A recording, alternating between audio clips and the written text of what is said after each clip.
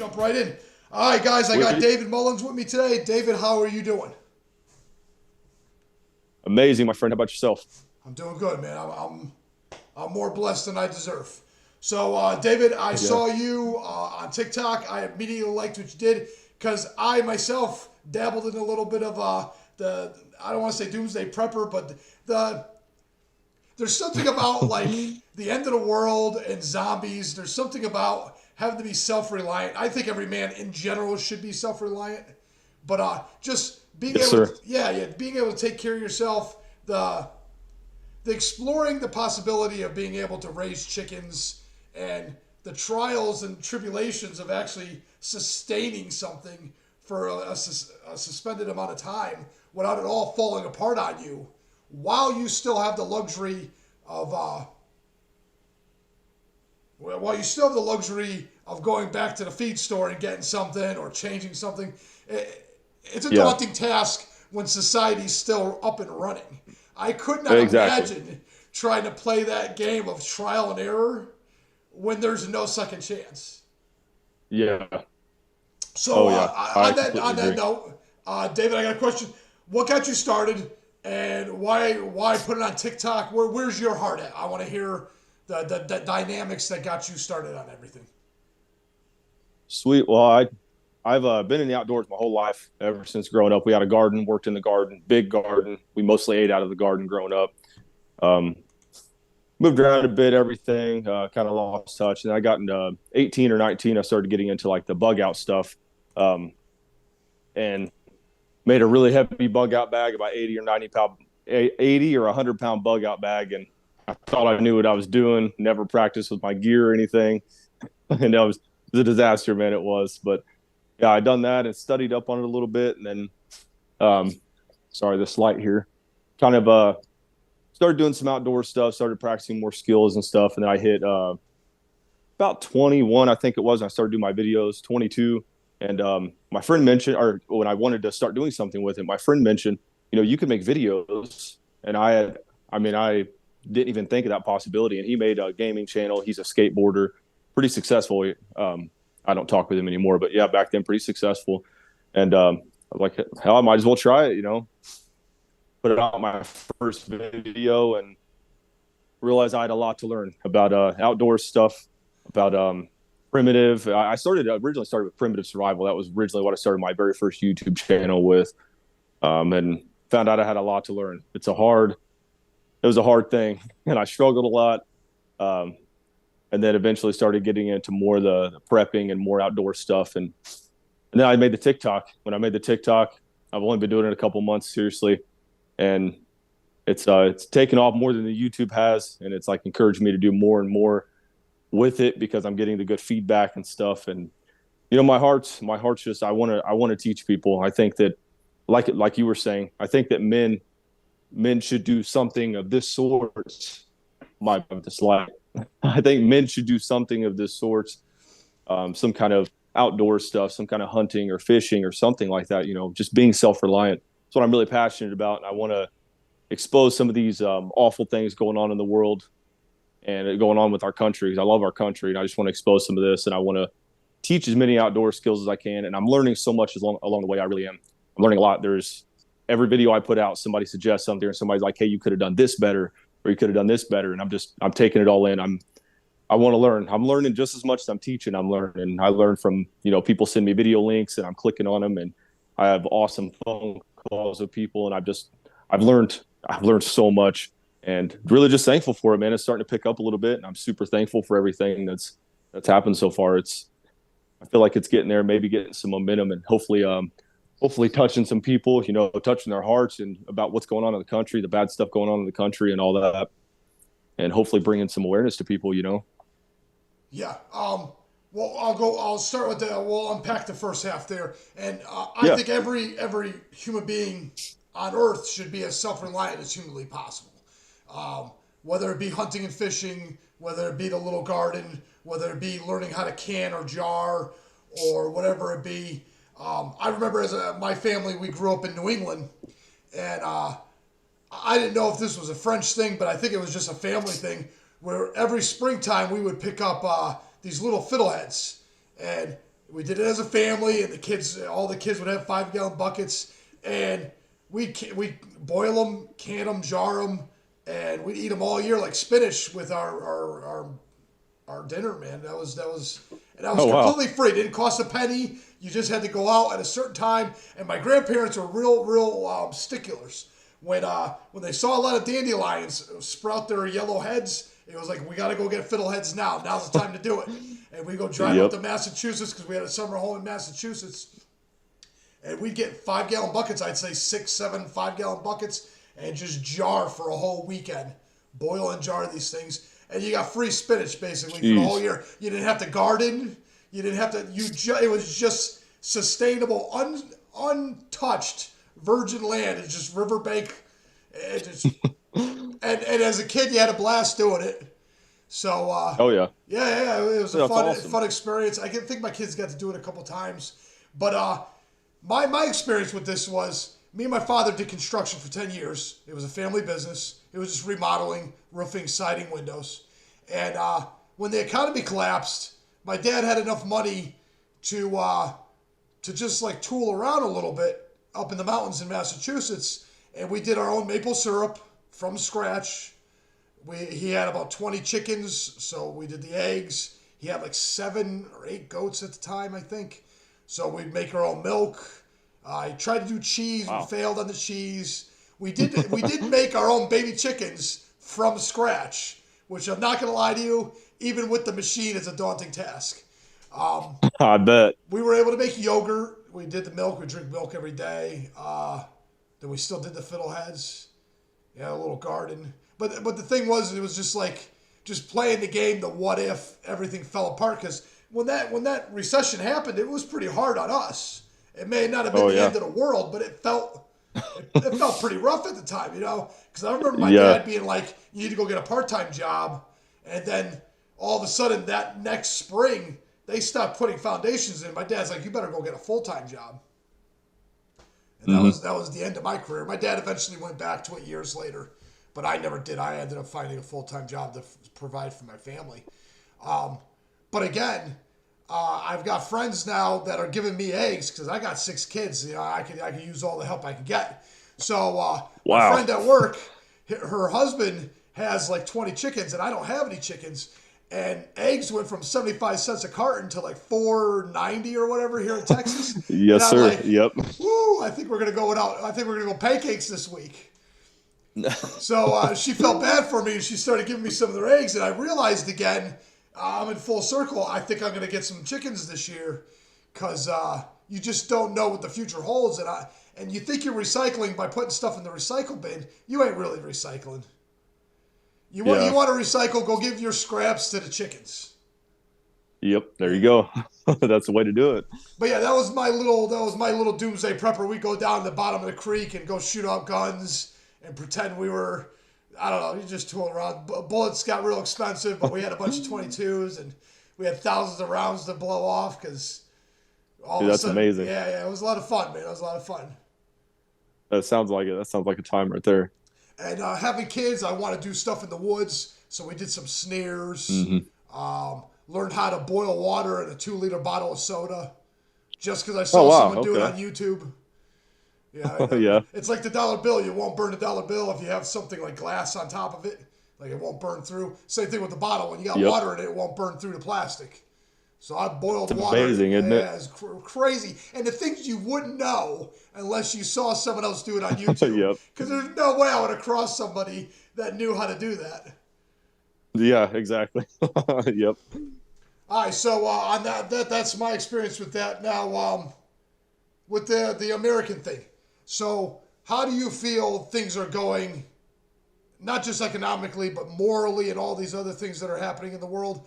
I'll be honest with you, I don't think there's anybody here in this country that doesn't feel that there is at least a moral shift in some sense, or some kind of, Yeah. Exactly.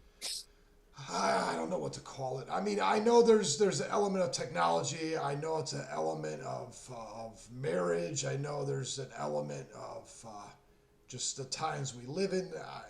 But there is something definitely definitive that's changing a little bit, and it's concerning because, you know, I got kids. I like running water. I like electricity. I like to keep it that way as long as Yep. possible. Yeah. Yep. No, I hear that. I got two youngins myself. Yeah.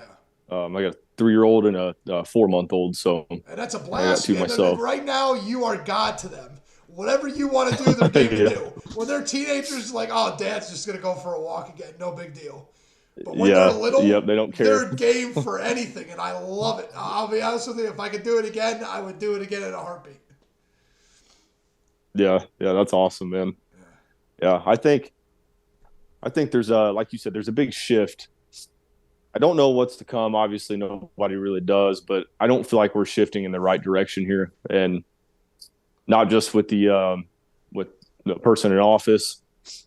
I think just a lot of stuff plays into it. Not only our guy we have in office, I just think a lot of stuff. Everything's just there's a big shift going on, and I don't feel like it's for the better. I don't. I feel like men are starting to get a lot weaker, and I touch on that a bit in my channel and my YouTube channel, my TikTok is. I feel like men are starting to get a bit weaker, and I feel like, you know, I just told my wife. I was talking to my wife the other day. My grandpa is 66, I think it is. Yeah, 66, something like that. And back in his day, men were men. Men were, I don't know, just like the epitome of just a masculine, strong, hardened man. They went out to war and they done what they're supposed to. There was never any excuses. They're just men, like good virtues and everything. And then I said, look at people my age. I'm 27, and I said, I was telling her, look at guys my age. I said, it's so wishy washy, and I think there's I don't know what we miss. I'm not sure what we miss. It definitely has something to do with the parenting, I would say, but I'm not sure what we miss along the line. But something is softening us up a lot. We're losing a lot of our real world experience. Um, just a lot of life skills and stuff. I don't know if the education system, the parenting, I'm not sure what it is, but I just feel like there's a big shift, and I don't think it's going in the right direction because guys my age are just not. They're not men anymore. They're I don't Well, know, okay. just not. I'll be honest with you. While we're dissecting it, I'll throw my 2 cents in real quick because I Yeah, think definitely. there is something that could be said about this. You know, the number one thing that weakens anybody is lying. You want to be wishy-washy. You want to be arrogant at the wrong time. You want to make mistakes. You want to be a weak person. You want to really feel small on the inside. You want to have no self-esteem. You don't want to drive for anything. Lie to yourself. Hmm. Oh, that'll eat away at you like nothing else on earth could ever do to you. You can blame the plastics. You can blame the fast food. You can blame the schools. And I'll Yep. be honest with you, if a man can't look you in the eye and tell you the truth, the weakness that's inside of him will eat him up alive.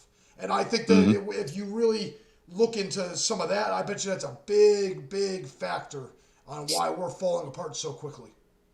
Accountability. Oh yeah, you can't be accountable. You can't be accountable to yourself. How the hell are you going to fix the world? So you got a bunch of kids Yep. coming out of college with no integrity, wanting to fix everything. That's the craziest Yeah. thing I've ever heard. Yep. That's the craziest thing I've ever And heard. And I I'll was be just tell. honest, yeah. And you got to respect your elders. You got to respect where you come from. You got to respect your heritage. You don't realize these cell phones don't work if the roads that are 100, 200 years old aren't there. So men that died knowing that what they were doing was going to help future generations need to at least get someone's to at least tip the hat to them a little bit. That Yep. generation I put a lot of agree effort there. in. There's a dam out there that's powering an entire city. Not one man that built that dam is alive today. Yep. So I mean, they're the appreciation for what we've accomplished is sorely lacking, and the people that should appreciate it the most appreciate it the least. Yeah. That's perfectly put right there. Well said. Yeah. So when you I take that was. into consideration, you got so many people lying to themselves. Because I realize this, right? Because I'm on a journey to stop lying myself. And I'm not saying I'm this chronic liar or whatever, but you do lie.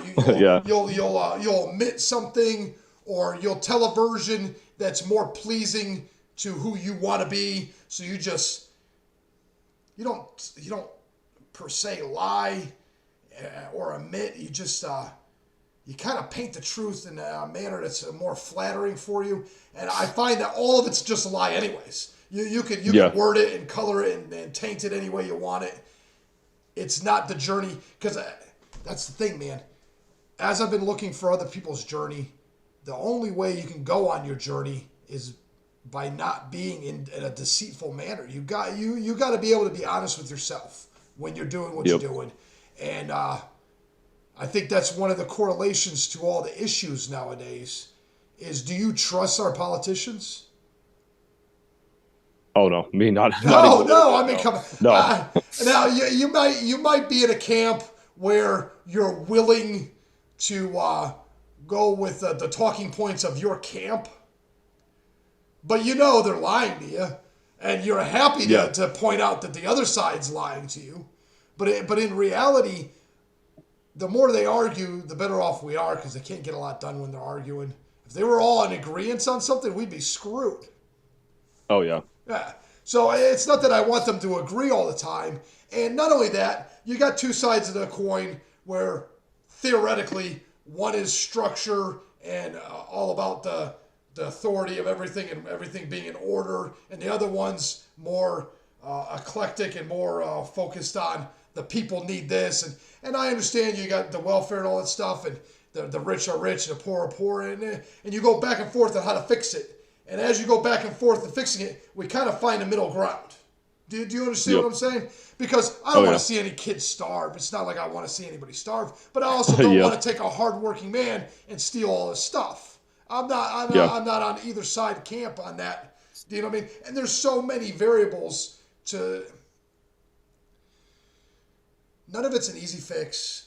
But I know that if everybody, I know it. One of the guys on TikTok, maybe it's Jordan Peterson. I'm not sure. I don't know who to give the credit to. But he said, if we all tried our best to make things a little bit better, we don't even know how great we can make it. He said, but what if we just stopped making it worse? What if we all just tried to stop making it worse? We have no idea what the potential of just that is. Can you imagine 7 billion people, or 8? Is it 8 billion people now? Or 9? Yeah, 8. We just said 8 billion, I think it was. I don't even know. It's a ridiculous amount of...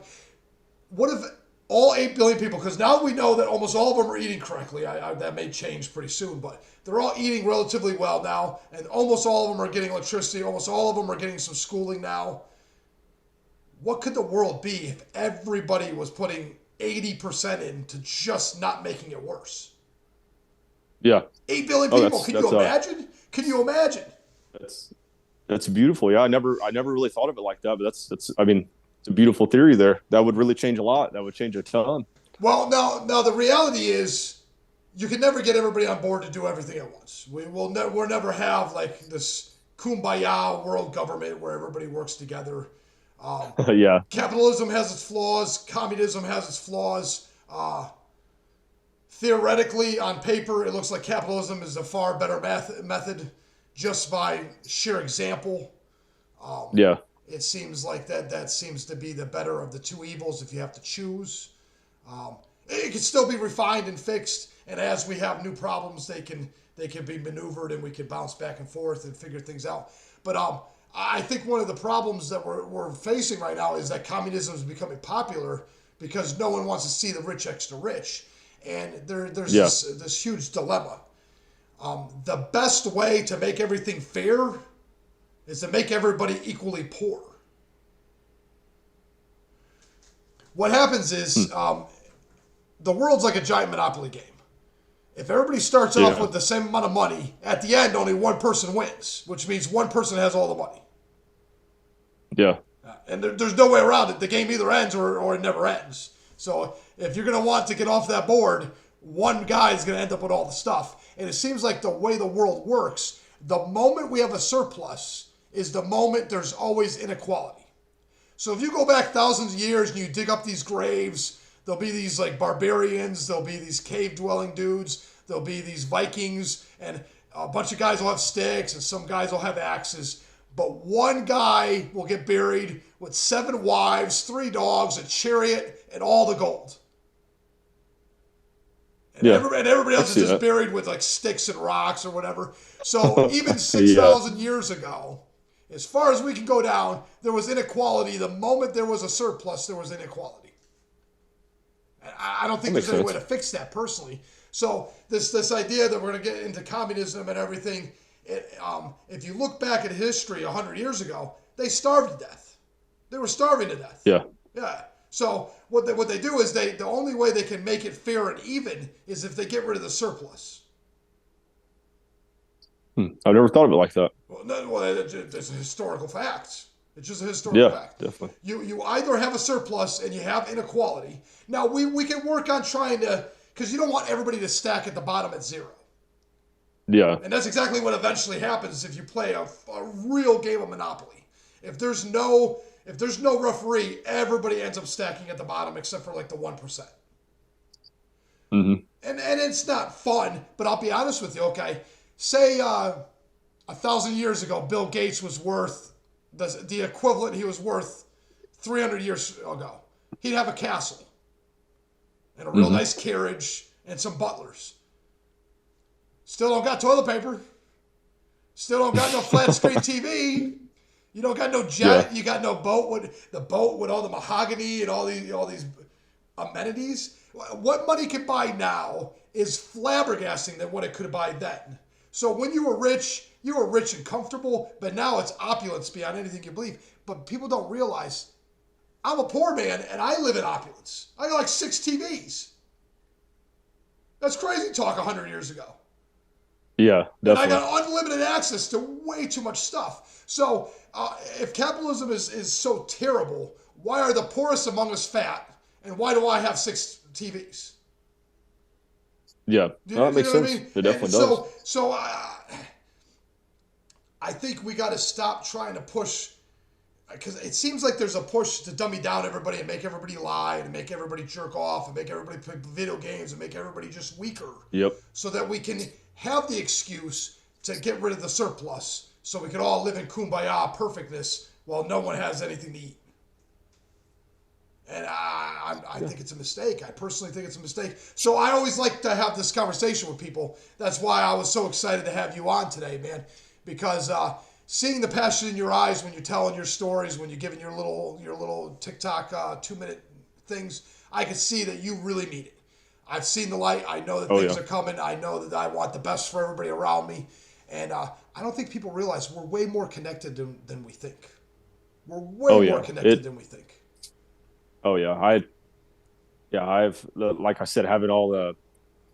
I'm not a big technology guy like we were talking before all this. I'm not a huge technology guy, and when I started making the videos of people coming in and calls and text and comment back and forth and me comment on other people's channels, it's like, man, it's incredible. It's amazing to see all the, like you said, how connected we really are and how close the beliefs actually are.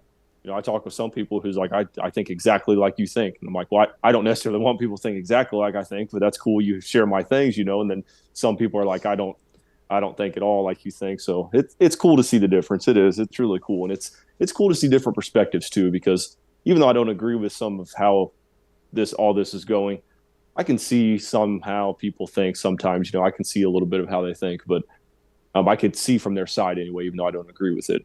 But there's What some things like You're very go ahead, smart. my You're bad. very smart to say that, because I'll be honest with you. The person you're going to learn the most from is the one you disagree with the most. Yeah, Because if me and you have the same conversation every day about the exact same thing, you ain't going. You're not growing.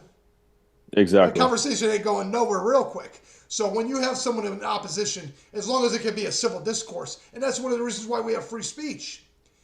Our Yep. bad ideas can die in conversation instead of us having to die in their stead. That's well put. That's perfectly Oh said. yeah, man, it's It is. it's a far better strategy, man. It's far better strategy.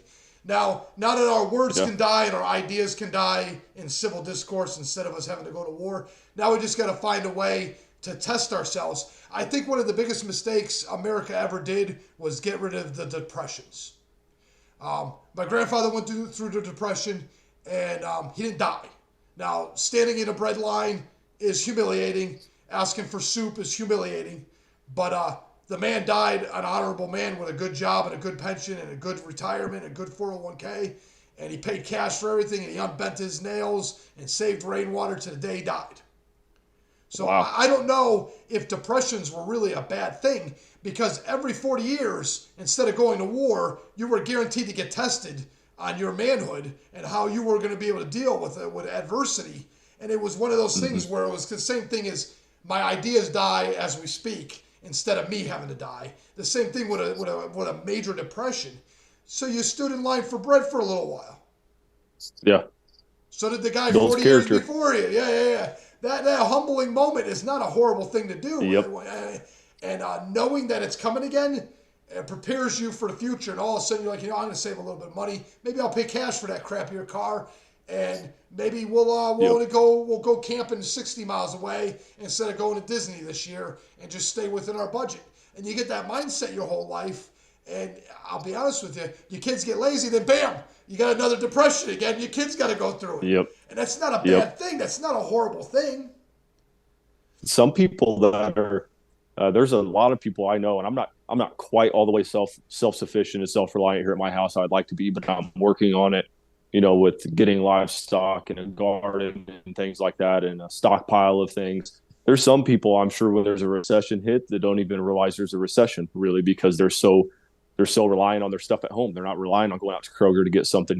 They've got everything at home. They don't really go out a lot. They get Isn't out that maybe once a wild? month to go get some sugar and some bread from the store. It's amazing. I strive to be like that. I really do, and I'm working towards it. But that's the goal, man. That's Well, the who goal. was that guy I don't that want to was have to rely. Yeah, who was that guy that was on that show? Eunice, I think it was, where he literally lived off the North Carolina land, and he even paid his property tax with the wood he cut, the cords of wood he cut on his property every year, just on What a fallen. savage! Isn't that wild, man? He was What a completely. When I savage! say completely self-reliant, the wood on his land paid his property tax. Completely Dude, somebody give self-reliant. that guy an award. Somebody give that guy an Well, he award. was Holy on. He was man. on. What Yeah, was it? What show was that? Axemen on History Channel, or what is it Axeman. called? Is it Axemen? No, it's not Axemen. It's shit. I can't think of the name of the show. I haven't had cable in years. I don't remember the name of the show. But I don't watch any TV either. yeah. Oh yeah. I stopped watching TV. I'll watch some stuff with the kids. I'll watch a movie or something with the kids once in a while. But I completely cut out the news. Yeah. Completely cut out the news. I don't watch any news at all. If I get news, it's because I have no choice and it's on Facebook, or I have no choice Yep. and I see it at the gym, Yep.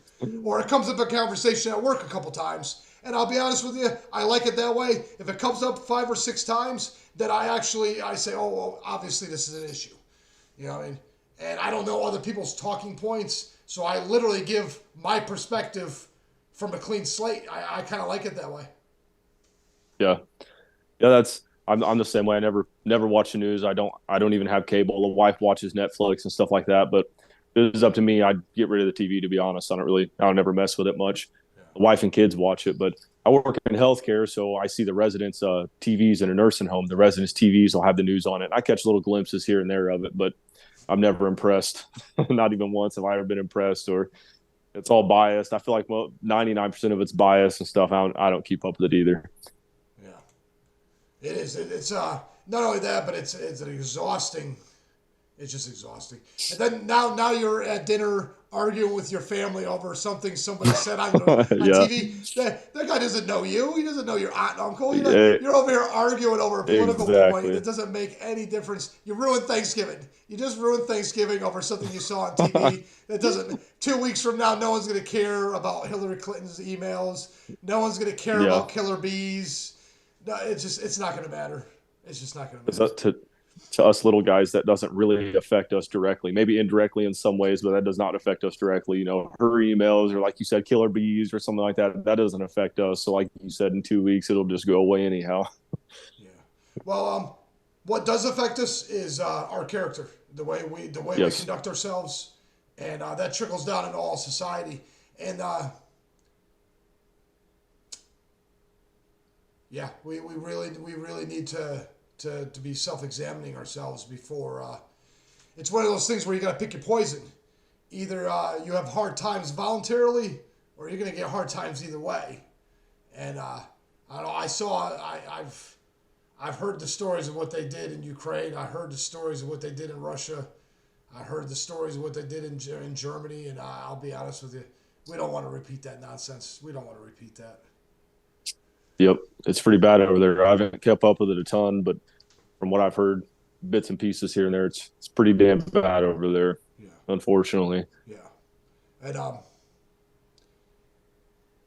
if we don't put the effort in to tell the truth, if we don't stand up and say, "I'm not going to do this," if it's something that's nonsense, um, the state gets out of control real quick, and you could really be in your own little hell. And I think that's what happens. If you go back and you look at the 20th century, the reason why they got away with what they got away with was all the little guys went along with it. Yes, Yeah, exactly, man. like our I just grandparents wouldn't put up with it. Not at all. Yeah, that's why it's changed so much in the last, I'm only, like I said, 27. So in the last 15, 20 years, I've seen how much it's changed. And I just made a video about this a couple of days ago. Can't remember when I posted it, but I said there's 81 million gun owners, and you get IRS agents and government employees and police and military and stuff like that. We outnumber them by a long shot, like I said in the video, and other people's militaries and everything. And that's just the gun owners. That's not, us little guys, so to speak, on the bottom end here. And all it takes is just us standing up and saying, yeah, no, we're not doing that. But what they like to do, I've noticed, and I also said this in a video, is I talk about guns. I used to talk about guns more than I do now. I'm more into the prepping and stuff as far as skills and stuff like that goes. But what they do, I notice with the guns a lot, is they'll be like, we're banning all assault rifles. They call them assault rifles. We're banning all assault rifles, and everybody's like, oh my God, no, we're going to march. We're going to protest and stuff, which they should. Good thing. They're like, I want to protest. We're not going to do this. And then government's like, well, we won't ban assault rifles, but we'll just ban, bump stocks or some sort of trigger or something like that. And everybody's like, well, it's not all assault rifles, so to speak, assault rifles. So it's all right. And what they're doing is they're just moving the goalpost. And they've been doing that for years with everything, especially guns. I really kept up with guns in the last, 5-7 years, but they just like move the goalpost every time. So they're like, we're like, you can't do this, but then we let them get away with this little bit. And in 10, 15 years, we're going to turn around and we have nothing. We have no rights. We have nothing because they've just moved this goalpost so many times and we don't see it. We're just so wrapped up in our 9-to-5s and our lives that we have here at home that we don't keep up with enough and we don't see what's going on and what they're doing. And that's how they strip their rights from us little by little. They can't do it all at once. They cannot come and just run over us. We're too powerful as a people, and with our guns and the militias that's around the country, we're too powerful. They can't do it. They got to do it little by little, and that's what they've been doing. And that's part of the shift I was talking about earlier. I think that's part of the change that they've implemented over these years. And I think this is by design. I think this is by planning. I really do. I don't think this is by accident. And I think if we don't stand up here soon, it could get pretty rough. I think there's going to be some headbutting here soon if people don't stand up, because some people are going to get fed up really quick. I think a lot of people are right on their boiling point right now. And I fear what's going to happen. The last thing I ever want in any situation is violence. Yeah. I'm not that kind of person. It's the last thing I ever want. And I'm afraid it might come to that. And God forbid. I mean, Lord have mercy. I just hope it doesn't. But if they keep moving these goalposts, people are going to get fed up. Yeah, and the people that suffer the most are the ones that are the most vulnerable.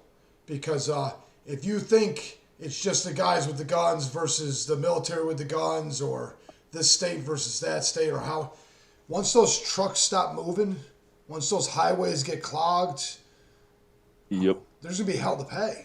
There's Yes, 400 million people here. Yeah. When I got 600 hungry kids crying they're starving to death, do you think I'm going to open the door for a pretty lady? Yeah. I hear you there. Yep. All the cordial politeness goes out the window real quick when my kids are starving to death. What do? You're going to just sit there and listen to them cry while they starve? And just another day of just listening to them starve and listen. You got to listen to them say, Dad, I'm hungry. And then in 5 or 6 days, they stop saying they're hungry. Now what? It's terrifying. Terrifying. Yeah. So now what do I do? Who do I got to kill to fix this? That's where it goes. The moment we start fighting, everybody's got to be ready for that consequence. Yep. Because we've got a system in order right now that there's no wiggle room There's nobody's got 2 years, and especially me. I got 7 people in my house. Do you know how many cans Yeah. of food I would need Oh yeah. to hold out for a month? It wouldn't be worth my time to store it.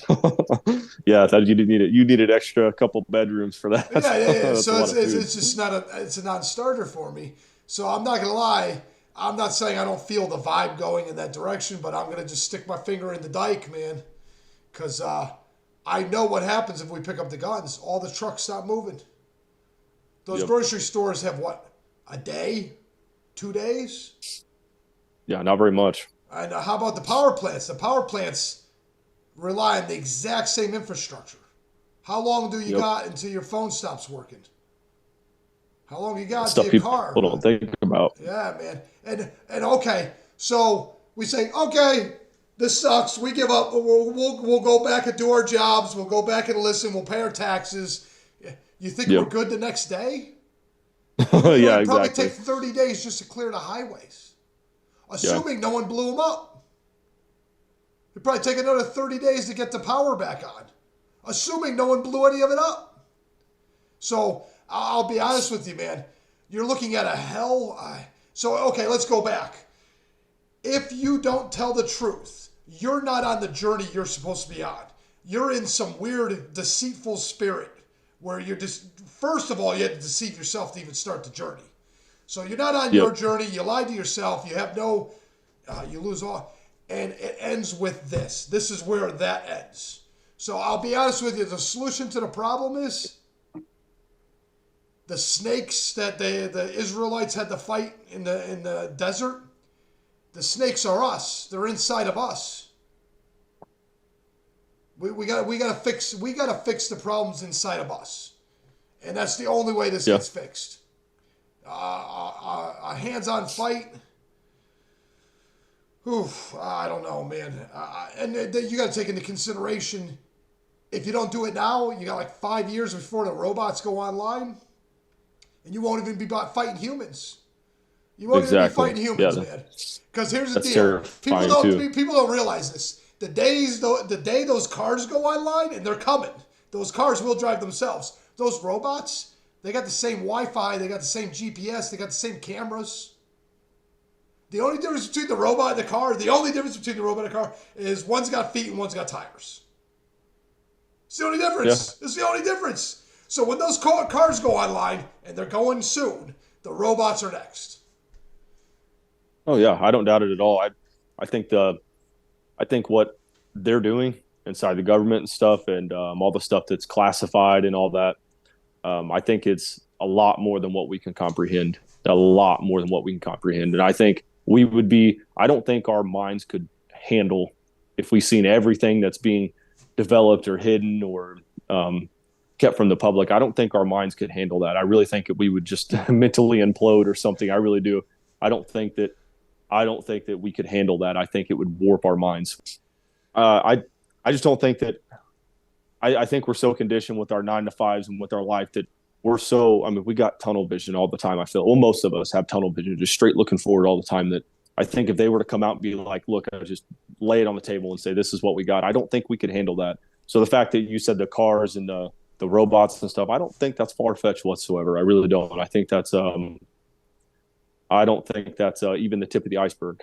Yeah, oh yeah, because AI and stuff, it's going to be absolutely insane. And we could go down that Yeah. rabbit hole, which I'm not going to lie, I enjoy that stuff too. It's really fun. Oh, stuff's cool. Yeah. But yeah, so when COVID hit, my sheriff said he wasn't going to enforce the mask rule, so the mask rule pretty much died almost immediately here in my town. Oh wow. So Okay. Good. my kids Good. never really had to wear a mask, ever. Good. That being said, say my sheriff was a robot, and all the cops are robots, and they were all told by the governor of Texas to do what they're supposed to do. There's no discernment there. They just do what they're told. Yeah. So now Yeah, you there's got no. a whole nother dimension. There's a variable there that's lost when you have that man in charge and all his subordinates do what he says, and he's just like, you know what? That's a dumb law. I'm not enforcing it. A robot's Yeah. not going to do that. Yeah. Yeah, So I never thought of it like that, but you're 100% right though. Yeah, I yeah. never thought of it like that. So again, I got to go back to telling the truth and dealing with the terrors that are inside of us and making ourselves the best version we can, because we Yep. don't know how much potential there is. I mean, you just watch one guy really put a lot into it. A good example would be Elon Musk, right? You look at him, Yeah. and he's not very partisan, but he doesn't look like someone that lies. Do you know what I'm saying? When he disagrees with something, he's like, Yeah. "Whoa, hold on. I'm not saying I don't like you guys. I'm just saying I don't like the way you're doing this. I don't think it's right." And I have this strange feeling he's always been like that. It wasn't one of those things where Mhm. when I become the manager, I'll stand up for what's right. Once I get a little Yeah. bit more power, then I'll tell everybody how I feel. I don't think he ever did that. I think he's been like that since day one. Yeah. And I think Solid that, dude. Yeah. yeah, a solid dude from day one. And you can almost tell when someone carries themselves in that manner. Someone that just, they're on their journey. There's no deceit in this variable. I'm just doing what I think is right. I'm gonna speak from the heart. I'm gonna do what I gotta do, and I'm gonna let the chips fall where they may. It's kind of irrelevant, really, because now I'm on this crazy adventure that's mine, and I don't think there's another version that's better. And I think that's going to be another solution for like the AI and the robots and stuff. Um, there's going to be some moral decisions that'll have to be made, and I'm hoping that they're honest men that make them in politics, in the Yeah. corporations that'll be making these big decisions, because jobs are going to become real scarce real quick. When I was in Oh my yeah. early 20s, I dated a girl. Her dad was a longshoreman.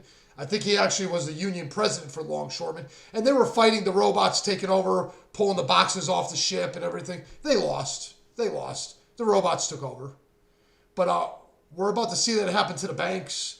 We're watching it happen in the tech industry right now. Elon Musk proved that Twitter didn't need thousands of employees, and it still runs perfectly Yep. fine. So I I have remember hearing about that. this strange feeling that Facebook can shave off a little fat, and it's not going to stop working.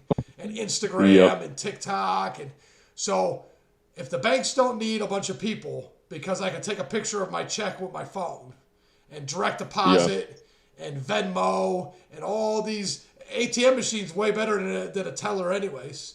It gives me exactly Hmm. the money I need. And we're gonna watch a lot of these places just shut down, and those jobs are gonna be irrelevant. And I think it's gonna escalate really quick. What do you think the next step is after that? What do you think will happen after that?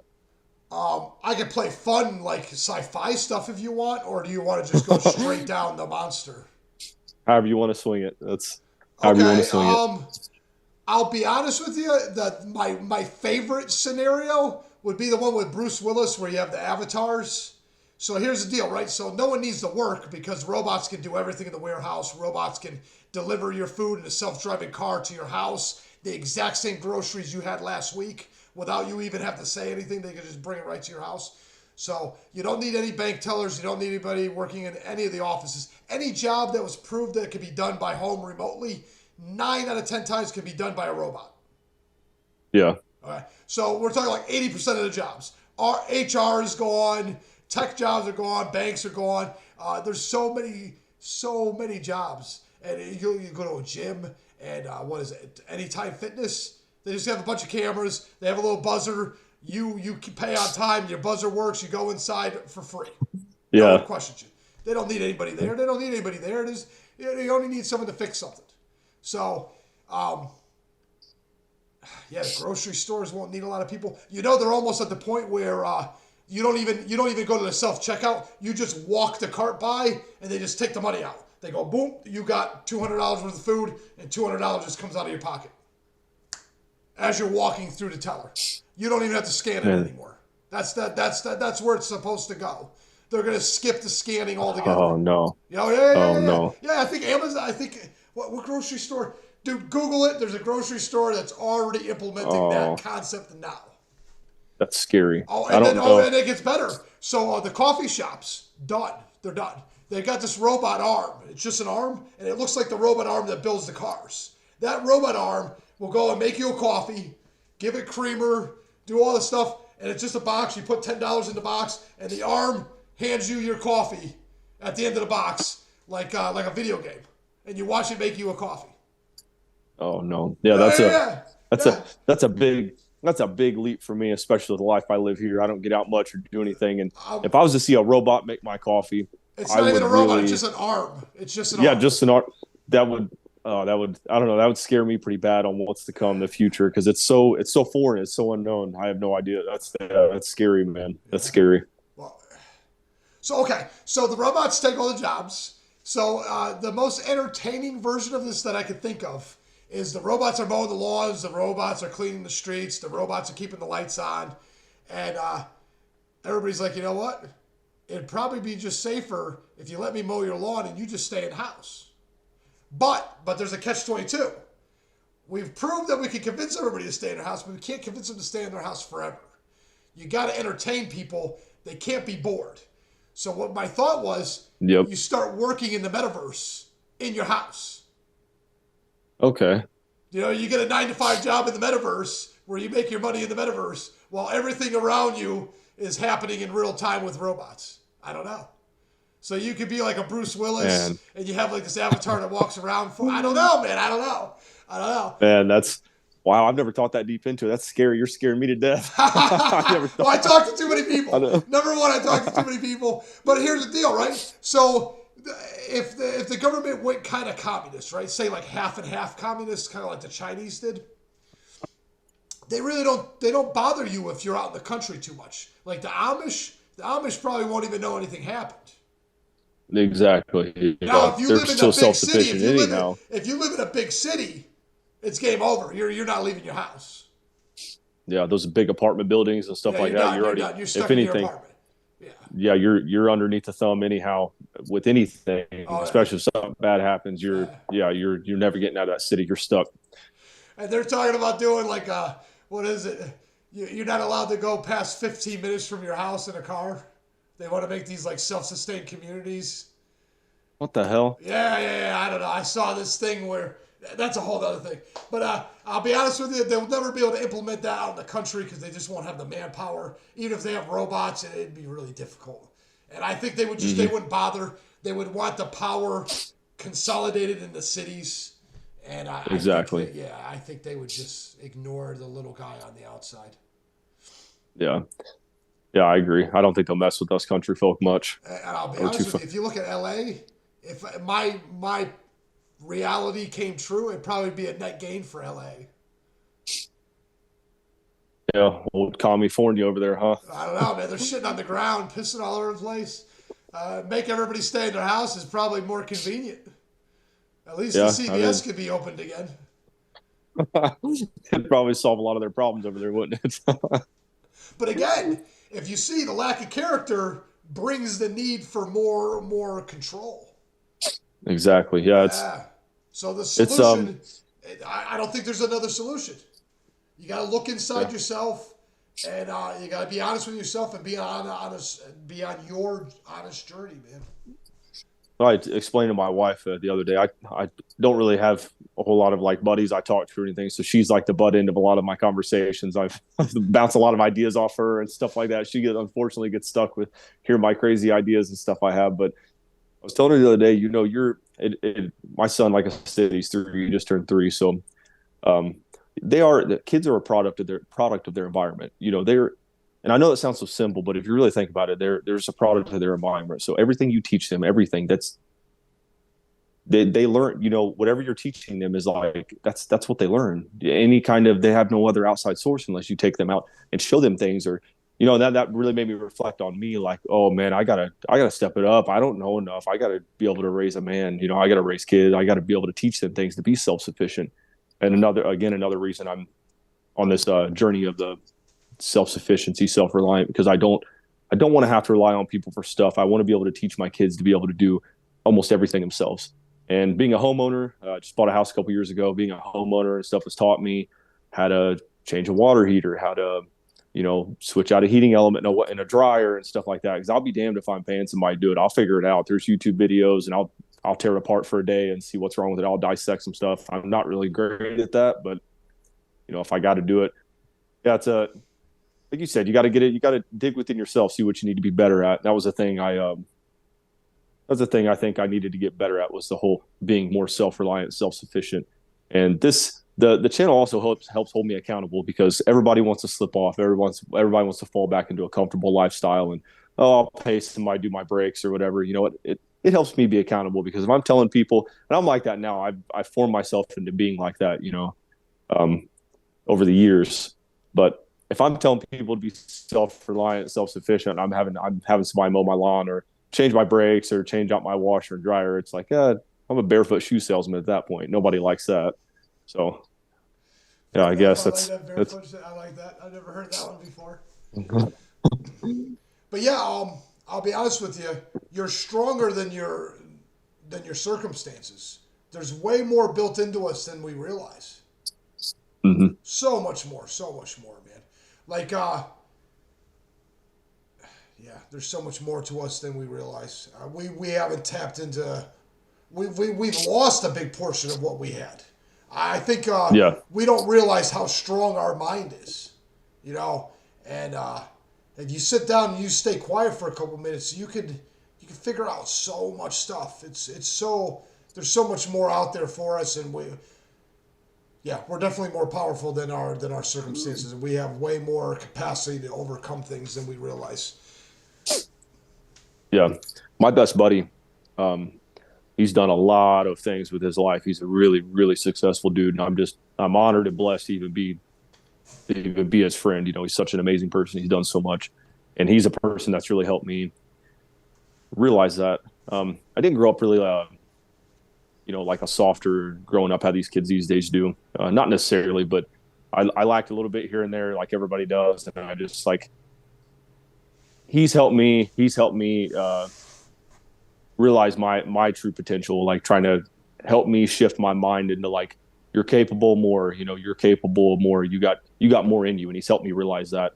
And it really does help when you have somebody to kind of push you and drive you to hold you accountable and to help you be the best version of yourself, like you were talking earlier. It's helped me out a lot. My best buddies helped me out a ton. The guy's amazing, and he's like the epitome of overcoming anything, and he's like a huge motivator for me. The guy's amazing. He can do anything. He's like a damn superhero. I swear, the guy's amazing. I just don't understand him sometimes. I don't get it. Well, I'll be honest with you. Um, all of us have that potential inside of us. It may not be just like your Yeah, friend. Maybe yours would be talking to people, or yours be teaching people how to be self-reliant, or maybe me talking to people. But whatever it be that your dynamic is, that your journey's supposed to be, or whatever your specialty will be, um, we're all equally capable of being that somebody for somebody else. Like I said, we're more yep, connected than we realize, and we influence people more than we realize. I mean, we're yep. we're mimicking machines to begin with. Your 3-year-old, he mimics you all the time. Oh yeah, We're still mimicking. Look at TikTok. Why is everybody doing the same damn dance to the same damn song? Because we're still mimicking. yeah, All these years yep. later, grown up still mimicking. Well, you see someone that has like a funny accent, you start carrying that accent if you hang out with them too much. So, Yep. yeah, we're designed to mimic each other because we're all part of like this big network node. And we're way more, again, if we tried to make things a little bit better or stop making it worse, we all, your friend's attitude literally encourages your attitude. Yeah. And then you touch your family. So that guy, second generation attitude, is trickling down to your son and your wife and your daughter. Yep. Yeah. And Yeah. someone motivated him, right? There's got to be something Oh yeah. somewhere. There was a book, there was a dad, there was a teacher, there was a coach. Somebody hit him just the right way. They sparked that Somebody fire. flipped that switch. Yep. So you just don't know who you're going to touch or who you touch is going to touch. It could be the Yep. person that changes everything, and we don't have to go to war. And all Hopefully. it takes, yeah. Can you imagine the person you touches someone that actually stops the whole thing from getting out of control? And the robots, all they do is what they're supposed to do, and it never gets out of control. I don't ever Yep. see us fighting robots, but I could definitely see us fighting bad guys with robots. Yeah, The robots working in their I can stead. see that. Yeah, Yeah. yeah, yeah. So I hope there's moral men in charge of all the nonsense when it comes down the pipeline, because you start mixing AI with those cars and AI with those robots, and I don't even know how that plays out, man. Because if you think about it, they're writing novels, right? They're writing books, they're writing essays with these AI stuff like the Chat GPT. What if you put that inside a Hmm. robot, man? They're designed like humans. The reason why the robots are so they can interact with the world like a human. Each Yeah. object has unlimited potential, right? You look at a chair, you say that's somewhere to sit. But if you didn't know that, you could be like, oh, that's a place to put a box. You know? And everything I around read. us has unlimited potential. And we literally, our sight, we see things in the way we want to see them. So you have to Yep. think it through and you have to narrow down all the things. And we ignore a lot of stuff. We don't, our peripheral. So when these robots start getting AI and stuff, who knows if they can actually start thinking for themselves? Because if you are able to Yeah. writing and speaking is a form of thinking. So if you could test your thinking against the world inside of a body, you'd be able to start analyzing your own thoughts like a child would Hmm. do. A child's like, if I jump off this, I might get hurt. Let's go find out, and they jump off. Oh, no, we're good. We're good. I can do that again. And the robot would do the same thing, man. I don't even know how that would play out, to be honest with you. That would be a whole wild thing all by itself. But where do you see the stuff you're going? Where do you see that going in the next couple of years? You said you got some land. How much land you got? I got 4 acres. Nice, nice. Okay. Not a ton, but it's enough to do what I want to do with, and It's more than me, I'm man. I happy got a with third of it. an acre, man. I got a third of an acre. So, Oh, so you got. I've seen these. I've seen these little diagrams people make, and they draw them out to where like they say you could be self sufficient on like a half an acre or something. They say, and they bunch everything up, and they Yeah. draw these, and it's really cool how they do it. But you have like no grass, no Yeah, yard, no which I front guess if you're yard, trying to no be, backyard, no nothing. Yeah, yeah. yeah. But So I have chickens right now, and excuse me, I got some eggs. I get eggs from them, and when they get to the point they can't lay eggs anymore, I kill them and eat them. I give them, let them roam the yard and stuff, and give them a good life, and better than this cage stuff or cage yeah, yeah, fed yeah. stuff they You don't do, have to and worry about shove ticks. them in You don't have cages. to worry about nothing when they're outside, man. They eat everything. Oh yeah, they help keep the bugs down around the yard too. I like it. Yeah, yeah, yeah. We're looking into getting rabbits in a garden this year. Hopefully the garden's going to come alive. I don't know, maybe next year on the garden, but hoping to get rabbits. That's a good turnover. They reproduce fast. It's a good Yeah. turnover. The only thing with the robot, we're done with that one. With the rabbits, the one thing I've heard about the rabbits that are a negative is they don't have a lot of fat on them, Yeah. and you need that Yep. fat. You do need some fat, so you just have to kill a deer every once in a while or a pig. What state Yeah. are you located in? Indiana. I'm in central Indiana. Oh, okay. I lived in Indianapolis for a little while. You did? Okay. I'm north. I'm a little bit north of Indianapolis. Yeah. Okay. Yeah. Yep. I don't make too many trips down there unless I absolutely got to. Fair enough. Fair enough. Yeah. I like to stay in my own little 4 acres most of the time. Yeah. Yeah, we got the chickens and got some stockpile of some stuff, of course. Yeah. Got some garden and rabbits, hopefully. We're thinking about a couple goats, but I don't know how practical goats are. Unless you do the milk, the goat milk. Well, you said you had goats. What's your opinion on that? It was a lot of work. It was a lot of work, and they eat a lot, but you do get milk, and then you can eat the kids. It's not like you can't eat the goats. Mm-hmm. Um, I would never do it. It was so much. It was so much. My dad, I think I took care of his house for like 6 months, and I got my fill on the goats. I'll do the chickens again. I'll do the chickens again. The chickens were a pain in the ass, but they definitely were the easier of the two. And I don't know, man. Well, here's the deal, man. If that's where your heart's going, I say do it. It's not like you couldn't eat Yeah, them later or sell them, or exactly. yeah, it's not a wasted venture, And who knows? Yeah, and I get to learn something. I'm happy to learn something whenever I can. So I get to Now, learn something, and maybe I could pass the knowledge on there's some pretty somebody small else. ones. Yeah, my parents had a Nigerian dwarf goats, and they were pretty Okay. small. I think the dudes with the nuts that still had their nuts, they got like twice as big as the girls, and I'm gonna say like 75, 80 pounds. Man, Girls, that's girls pretty were like, big. yeah, well, they were huge. So if you cut the nuts off the dudes, they're like women. They're like girls. They get like half size. The guy with no nut, the guy that had his nuts, he had a cock eye. He was twice as big, twice as hairy.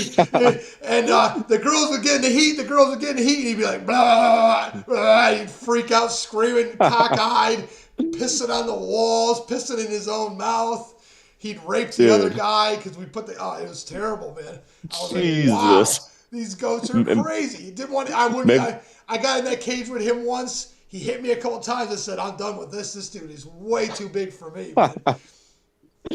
The other goat was in the food trough because he got tired of the rape session.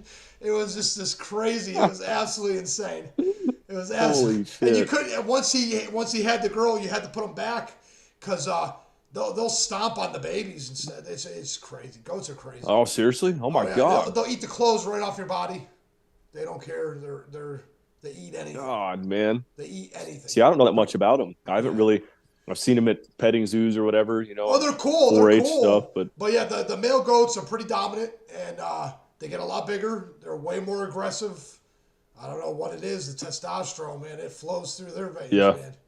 And they will fuck you up when you're in the cage, man. Get hit a couple times. I did not know that. You get hit a couple times, like, okay, I'm done. I'll stay out. I'll muck the stall when you get out. You can get out, and I'll do it. I'm messing with you, man.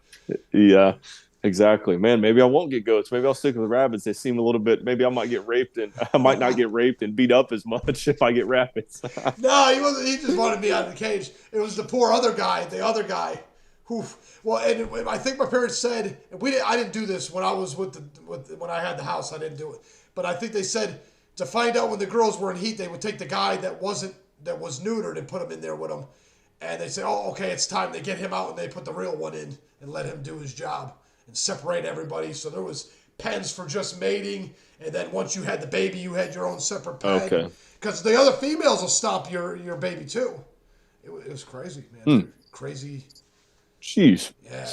And I don't know. Man. We were doing a trial by error. It wasn't like we knew everything. So maybe there was tricks to stop them from stomping the babies. But we had it happen a couple times. Wow. Yeah, I never knew that. I never really looked into it much. I've read a little bit about them, but definitely nothing like that. Man, that's crazy. I think they ended up selling all the goats. Actually, they live in Florida now. They don't got time for They're retired now, man. They don't got time for that. That's a good thing they're relaxing in Florida, though. That's pretty cool. Yeah. You get to relax in Florida. But I'll be honest with you, I did realize that if you want to learn all the ins and outs, you don't want to do it. Okay, it's kind of like the biodome.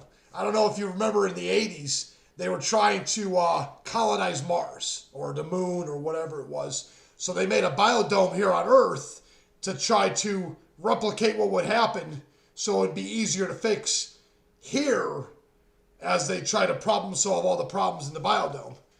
And it epically failed. It failed so bad that they gave up on the project altogether. It was completely unsustainable on Earth, which is the easy version. That it was not. That it's going to epically fail on the moon. So I'm the same way with the self-reliant stuff. Now's the time to do it when you can go to Walmart and fix your problem.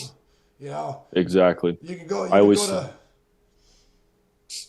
say that's why I always stress in my videos too to practice with your gear and practice in these harsh conditions. I just got done doing a ruck today, and it was like 30 some degrees here, 37, 38 degrees, and 25-mile-an-hour winds, and it was like ice rain, kind of like sleeting out. I'd done a 35-pound ruck, which I know isn't a whole lot or anything impressive. I only went like a mile and a half, but I really stress to practice with your gear and practice in these shitty conditions, because when things go bad, we're not going to have the luxury of it being 70 and sunny. So when you can start a fire with the bow drill, I always say, have you tried it in not so great conditions? Just like you said, we're not going to be able to go to Walmart. You might as well do it now and practice now while we can correct our mistakes, rather than it being something we can't correct when it's a time where, shit hits a fan and it's really bad and we're not able to correct these mistakes. So you gotta get out and try these elements out. You got to know how your body reacts to stuff and be able to mentally get over being cold or being hot or being wet or tired or something like that. It's something I've started doing in the last 3 or 4 years, and it's helped a lot. I do a lot of cold dips, in the water, a lot of hiking down to the creek down here, the lake down the road, and jumping in the water when it's ice on it and stuff like that. It's miserable, and I hate it more than anything. I hate the cold, and I hate cold water more than anything. But cold showers, the rucks, the practicing when it's raining, practicing starting fires and stuff like that. I just, I might not be the best at it or anything, but I want to be good enough to where I can hold my own when the time comes. Yeah. Oh yeah. And not only that, but you have three other people relying on you, man. Exactly. If I have three other people, yeah. And I don't want them to have to do that. So if I can get a fire started in the cold, that means that I Yeah. might be So able to make it David, another you got night. to tell me, man. Can you start a fire with a bow drill? I didn't look at enough of your stuff to see it. No, I've tried a bow drill one time. I tried a bow drill one time I made myself. I think I made it out of a shoelace. It was years ago. And I wasn't able to do it. I don't know. I didn't really look much into it. I was like, you know what, the hell with it. I'm just going to try it. I seen people doing it, and I didn't get it. I didn't get anywhere close. I couldn't even get it. But I've done the hand drill. I don't know if you know what that is. Yeah, Like yeah, this. yeah, yeah, yeah. Shaking it, yeah. Yeah, I've done that. And I've gotten pretty damn close with that. But there's a technique I'm missing somewhere with that, and I haven't tried it in a couple of years. But I can get a coal sometimes, but the coal doesn't stay formed, so it's not going to do me any good. But as far as a flint and steel, I'm pretty decent with the flint and steel. I know that's Yeah, yeah. amateur Whoa, shit, big time. hold on. That'll last you quite a while because the moment you realize you're not going back to Walmart, you're not going to use it 10 times in a row. You're going to make that fire last a little bit longer and you'll stay put a little Yeah, bit longer. Yeah. So it'll last you longer than you realize. yeah. So I need to actually. I was really wanting to do that this summer. This spring and summer was the hand drill again because I've tried the bow drill, no luck, and I was like, I'll go to the hand drill. They say that's the hardest one, so I was like, if I can do that one, then I can do the others. Well, And yeah, I because they practiced got the that. ones where you just rub it. You just rub. Yeah, yep. The hand drill. I tried that, and it's just I don't know. I'm missing. I'm in. They say it takes a lot of strength. I'm in okay shape. I could be in better shape. So I don't know if it's my strength or not. I don't think it is, but it's probably some technique I'm missing. I don't know. Yeah. I've read up on the notches. I've read up on the hark board and the spindle. It's a hard thing, man. Yeah, it I think is. I It's read. real I hard, truly, man. So when you see like yeah. It's Tom Hanks acting like a god in front of his fire on that island, yeah, there's a good damn yeah, reason why he was acting that way. yeah. Fire is a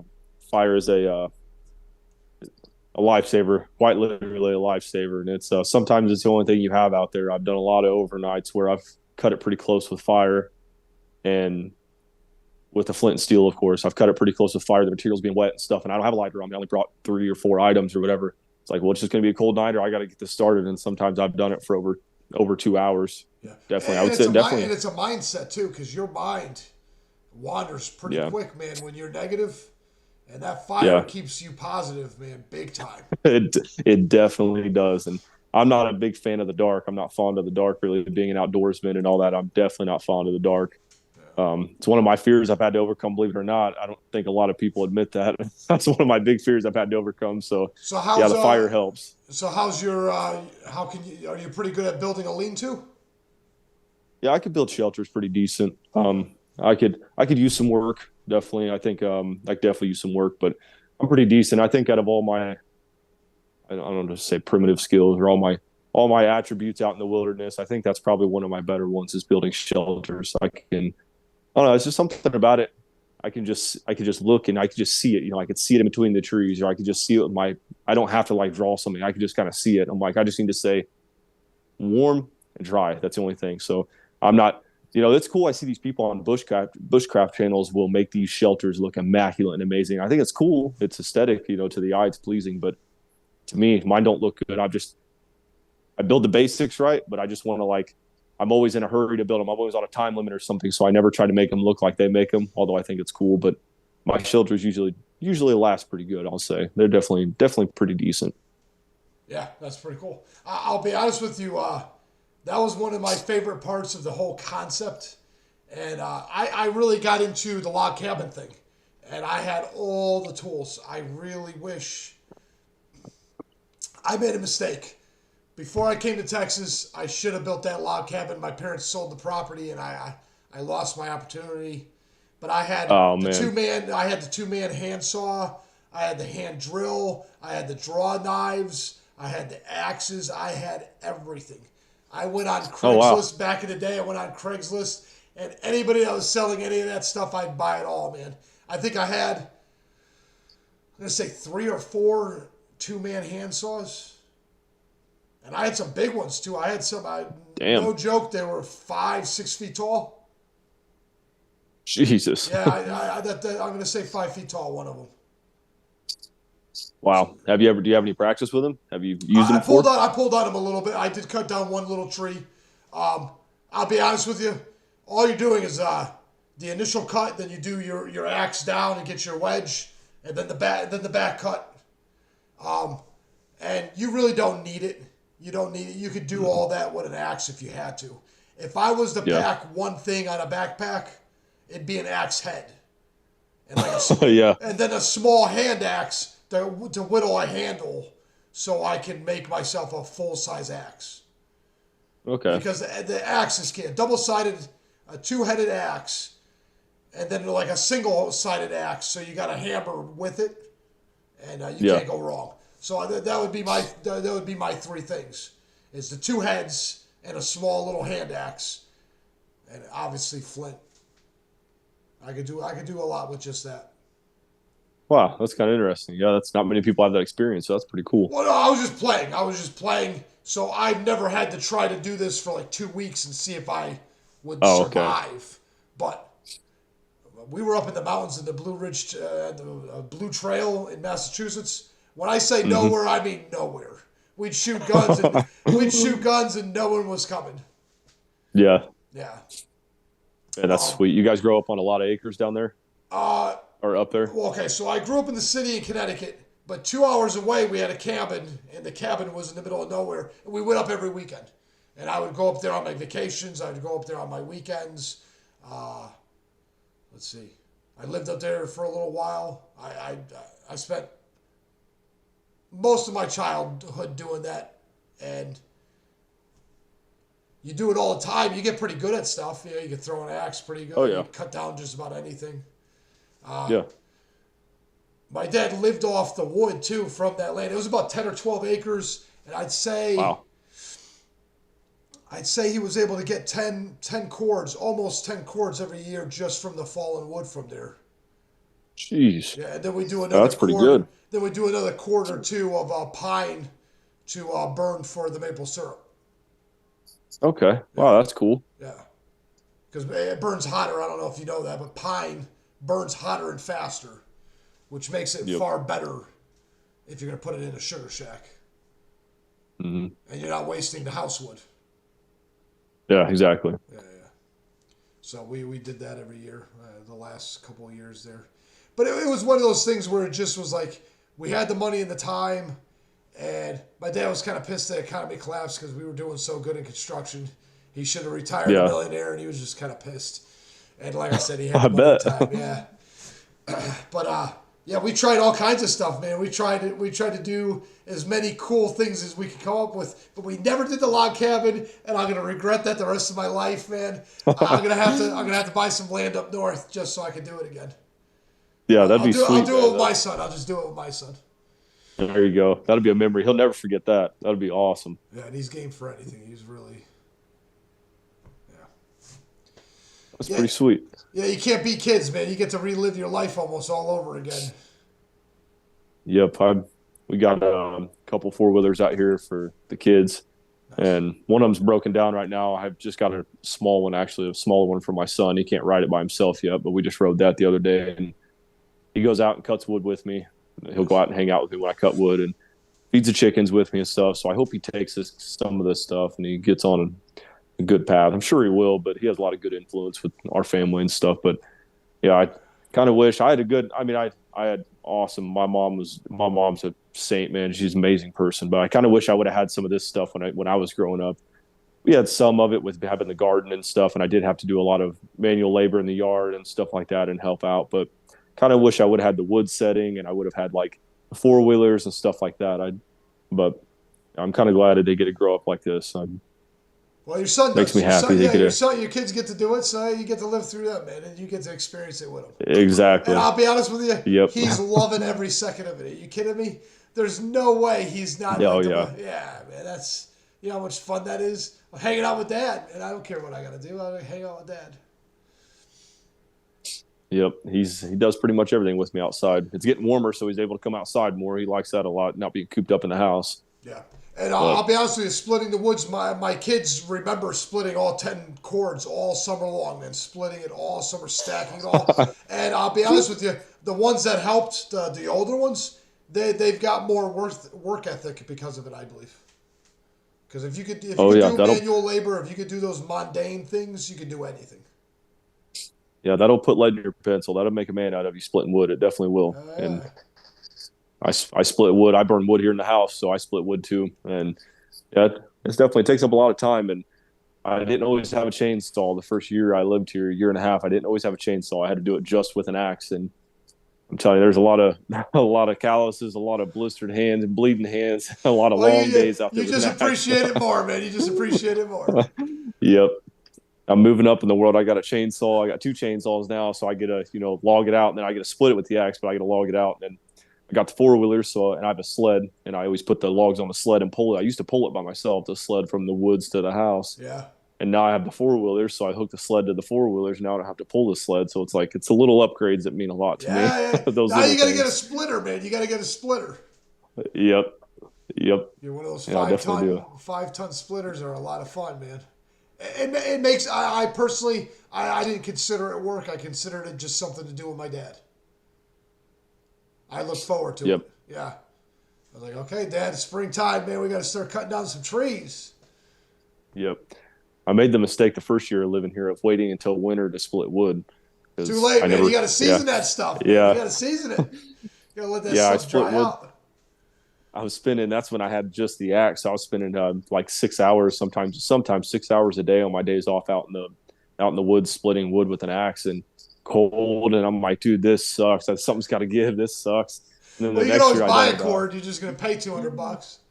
Yeah, and I was like, I'm too stubborn, too bullheaded to do it. I was like, I'm not doing that. I'll spend my life out here, and I did. So I definitely did. I spent forever out there doing it, um, and then the spring hit. That spring coming up hit, and I was like, well, I'll start splitting it now, and that really helped out a lot. Oh yeah, now you got all year. Splitting Now it, you got all year. Yeah. yeah. All right, David. I appreciate it, man. This has been a great conversation. Hell yeah, this has been awesome. I really appreciate you having me on here, man. This has been cool. I've learned a lot. Yeah, I learn every time I do Yep, this. definitely I have. learn every time. Well, you just don't know who you're Yeah, gonna you talk to, and you don't know how the conversation is gonna go. exactly. Everybody's so different. Everybody has different perspectives. I bet it's fun doing this, talking to a bunch of people. I bet you get to hear a lot of different sides of life. I didn't realize how much I enjoyed it. Everybody told me I like to talk, but now I realize I really like to talk. That's awesome. So, shoot, man, I was going to ask you what you see the next 18 months. Go ahead real quick, and then we'll let you, I'll let you plug all your TikTok and stuff, and then we'll call it quits, man. Okay. As far you said the next 18 months, Yeah, yeah. What do you see the future looking like? as far as What you're doing now, since we talk so much about family, the TikTok, the family, the self-reliance, all of it. I'd like to establish the clothing line. I got I guess you'd call it a clothing line. That's still in the works. I'm no fashion expert, as you can tell, the stuff I wear. So I got to do some more research on that. So I'd like to get that going a little bit more. I would like to get, not necessarily for the money, because I don't make hardly any money off of it, just to get the name out there, and get good clothing out there to people. The stuff that's actually pretty good quality. So I'd like to get that, spend some more time on that. I'd say get some, maybe do some more research, put some more product out. I'd like that, and to definitely go and do some more stuff with the channel. I want to do some more overnights. I want to get out there and actually put the bag to the test my gear out. I do it, but I don't do it so much on video. So I'd like to get out there and really spend 2 or 3 days out there, find some land that's not my 4 acres, and go out there where I can actually get lost, and find my way out of there and test my skills a little bit. I would like that. I think it would humble me. It's a humbling experience, and I feel like it would teach me a lot. That sounds And like a lot of fun, to be honest with you, just, man. become more. Yeah, David, you might actually be Just onto something. become. I don't know. You might even be able to find people to pay to do that journey with you, man. That would be awesome. I'd If you love that. I'd found a love to cool teach. journey, if you found a cool journey like that and you were successful and you enjoyed it, I'd be shocked if you couldn't find people to join you. Oh yeah, I would love that, and I'd like to teach, and I'd also like to learn too. If somebody could teach me. You know, I'm sure there's tons of stuff people could teach me, even if they don't know about this kind of outdoor stuff. And I think people could teach me. So I'd like to learn and teach. That'd be awesome if I could find somebody to want to do it with me. I used to have a partner way back to do the videos with, but he kind of bailed pretty early on me. But Most will, man. Most will. yep. All right, man. Go ahead, plug away your stuff. Let everybody know where they can find you on TikTok. TikTok is self-reliant patriot, and then my backup account is self-reliant patriot _2, and YouTube is self-reliant patriot. And I don't know what my spring or my Teespring thing is for my clothing. I'm not sure what that is. Maybe I could message it to you Okay. or something, and you throw it in the description, or I'll Yeah, throw it in the I'll put description anything you somewhere or want in the something. description, man. You definitely email me and tell me. Okay, sweet. Yeah, that's TikTok, YouTube, Teespring. Yeah, that's about it. All Yeah. right, man.